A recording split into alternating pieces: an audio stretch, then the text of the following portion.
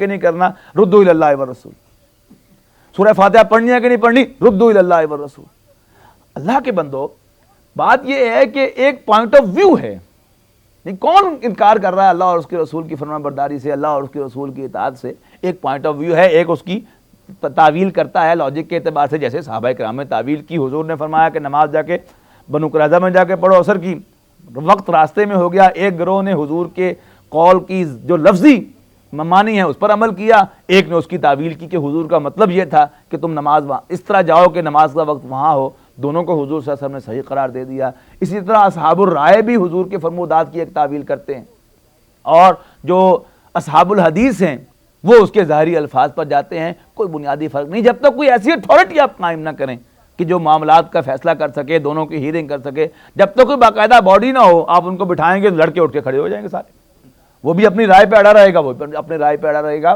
थोड़ा सा इंतजार कर लें, इस्लामी रियासत कायम हो जाए, फिर शायद इस जो कोर्ट है वो इनके दरमियान कोई राय जाए। अव्वल तो कोर्ट को भी इन मामलात के अंदर जो ज़ाती मामलात हैं, इंफरादी मामलात हैं, इसमें खुला छोड़ना चाहिए कि एक रूम फॉर थिंकिंग रहे, रूम फॉर एक दूसरे को अकोमोडेट करने की भी जगह रहे, एक दूसरे को सुनने की भी जगह रहे, इंसान के लिए कुछ थोड़ा सा तर्को इख्तियार का भी इख्तियार रहे कि इंसान अल्लाह के साथ तो ताल्लुकात कम से कम ज़ाती सतह पर कायम कर सके।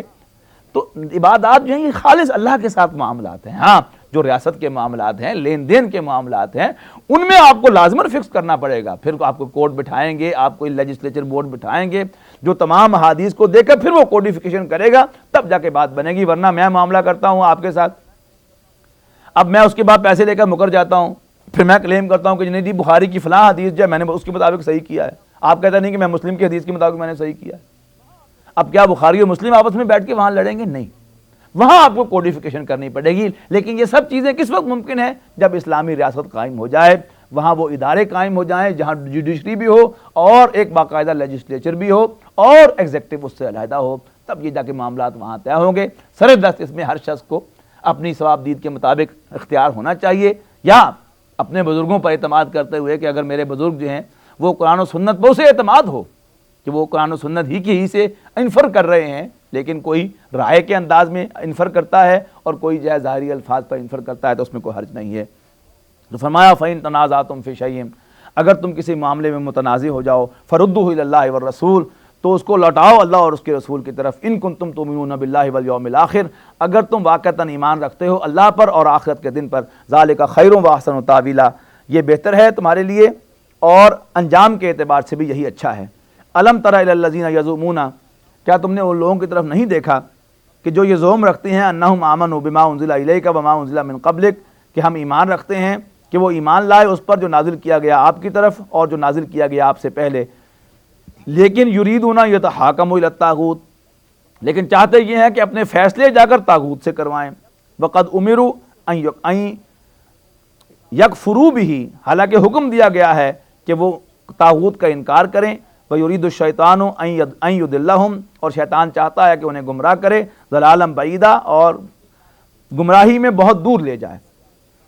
अब ये मुनाफिकीन का मामला था, वो मशहूर वाक़या भी आपने सुना हुआ है कि एक मुनाफिक जो था उसका कोई झगड़ा था एक यहूदी के साथ।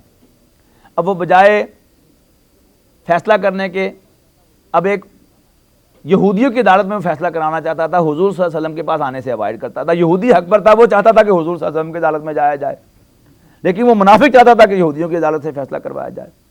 लेकिन हुजूर की अदालत में आया, हुजूर ने फैसला दे दिया यहूदी के हक में, इसलिए कि यहूदी हक पर था। फिर वो कहता है अबू बकर से भी पूछ लेते हैं। तो हज़रत अबू बकर सिद्दीक़ के पास आए तो जो यहूदी था उसने इशारा कर दिया कि जी हुजूर पहले मेरे हक में फैसला फरमा चुके हैं। उन्होंने कहा भाई जो हुजूर का फैसला वही मेरा फैसला। अब वो आया किस्मत का मारा हज़रत उमर के पास, और हज़रत उमर ने भी जब बात सुनी तो यहूदी ने कहा कि जी पहले अबू बकर और मोहम्मद सल्लल्लाहु अलैहि वसल्लम मेरे हक में फैसला कर चुके हैं। तो हज़रत उमर गए अंदर और बाहर आए नंगी तलवार लेकर, आते ही गर्दन उड़ा दी कि जो मोहम्मद सल्लल्लाहु अलैहि वसल्लम के फैसले को नहीं मानता उसका तो ये अंजाम।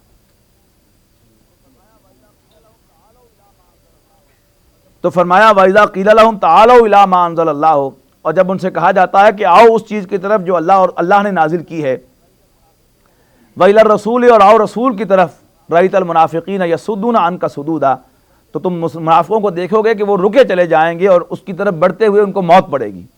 ये मैं अपने अल्फाज में कह रहा हूँ। फ़कैफ़